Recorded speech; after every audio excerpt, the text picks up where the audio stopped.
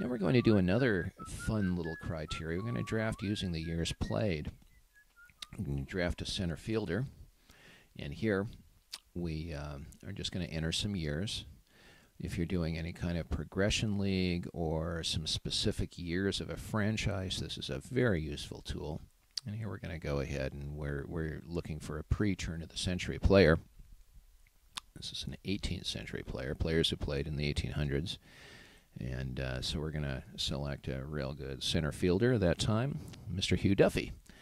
And there we go. We're looking. Say, yep, sliding Billy Hamilton looks good, but Hugh Duffy looks real good and save us $3 million. So we're going to go ahead and select Hugh.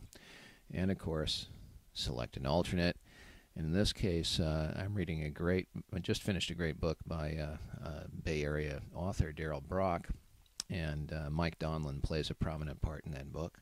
So we're going to go ahead and search those players, and we know that Mike Donlin will be a part of that. We're going to select real good hitter, Mr. Donlin. Played for John McGraw and the old New York Giants. Okay, now we're going to move on, and we're going to draft using perhaps the most interesting part recently added to the array of Simnasium offerings. We're going to look at Simnasium statistics. And here we're going to look at catchers. And we have all the normal criteria, but we're going to use the SimStats. Now here we've got a number of different possibilities to filter those stats down. We can use any specific ballpark in the complete selection. Again, you might want to refer to the reference section on ballparks. Here we know we're playing in McAfee, so we could select just players who have played in McAfee Coliseum, our home park.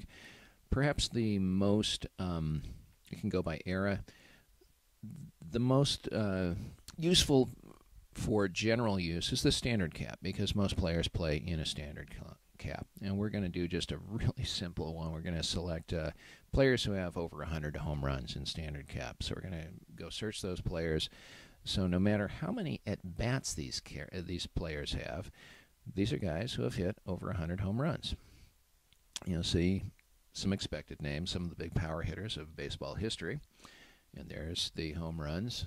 Gee, Josh Gibson has already hit 1,300 home runs in Simnasium history. We can go ahead and reorder those by the home runs hit. So Gibson's leading, followed by Campanella, Noakes, Santop, and so forth, down through. And you'll see also all the different kinds of things that runs created, the home run, HRF, home run factor, how many at-bats per home run, and so forth. So we're going to slide down, and I know with McAfee Coliseum, I've got more of a line drive hitter's park, and I'm going to go with some personal experience in this case. And I'm looking down for a player. Going to slide down to someone who's got perhaps a little less activity in the leagues. You can see some of these players have already amassed over 15,000 at-bats in Simnasium leagues. So we're going to go way down to someone who is not a real power hitter. But again, there are so many different criteria. You can do multiple criteria. I just selected one in this case. But we're going to go ahead and choose a player from Negro League history, and that's Deacon White. And there he is.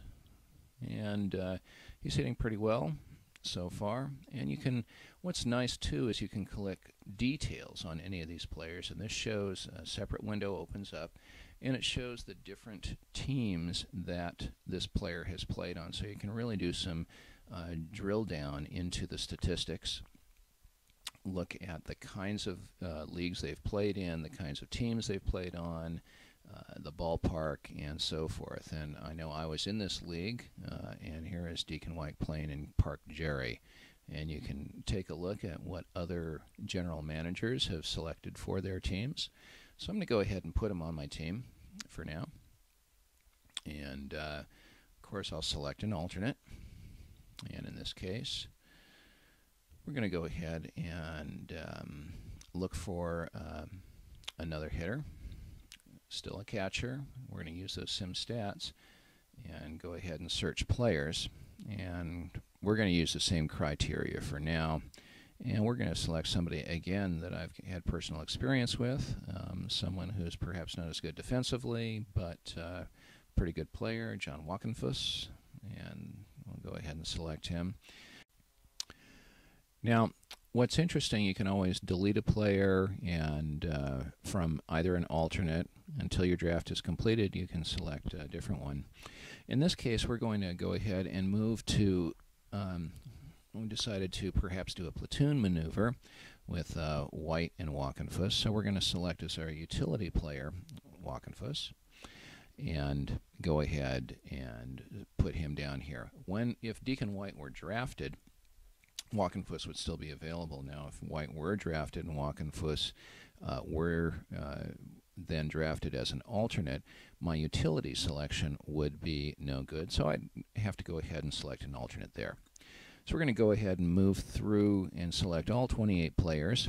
We're going to finish our draft. So when you've filled all the slots, and you'll see we've made some changes. In fact, Radcliffe is now our catcher. We've moved away from Deacon White and decided, well, we're going to go for somebody who has a dual role as both a pitcher and a catcher. And now click at the bottom. Your draft order is now complete. And continue. And you get a window with 28 slots and gray bars representing where they are going to be selected in the draft. And you just simply click and drag these into the order you want them. The numbers at the left do not exactly correspond. You'll just have to bear with the interface at this point. But you can see I'm selecting Mantle and Cobb and Stevenson and Radcliffe as my first four, with Carr as fifth.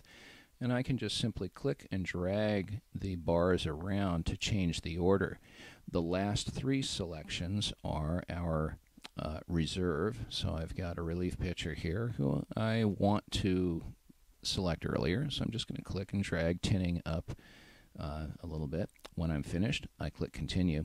At this point, I've still got a chance to change the order. This is my last chance. You'll see it in red at the top of the page. So I can still change park. I can edit the picks themselves. I can edit the order. Right now, I'm pretty happy. See, there it is in red.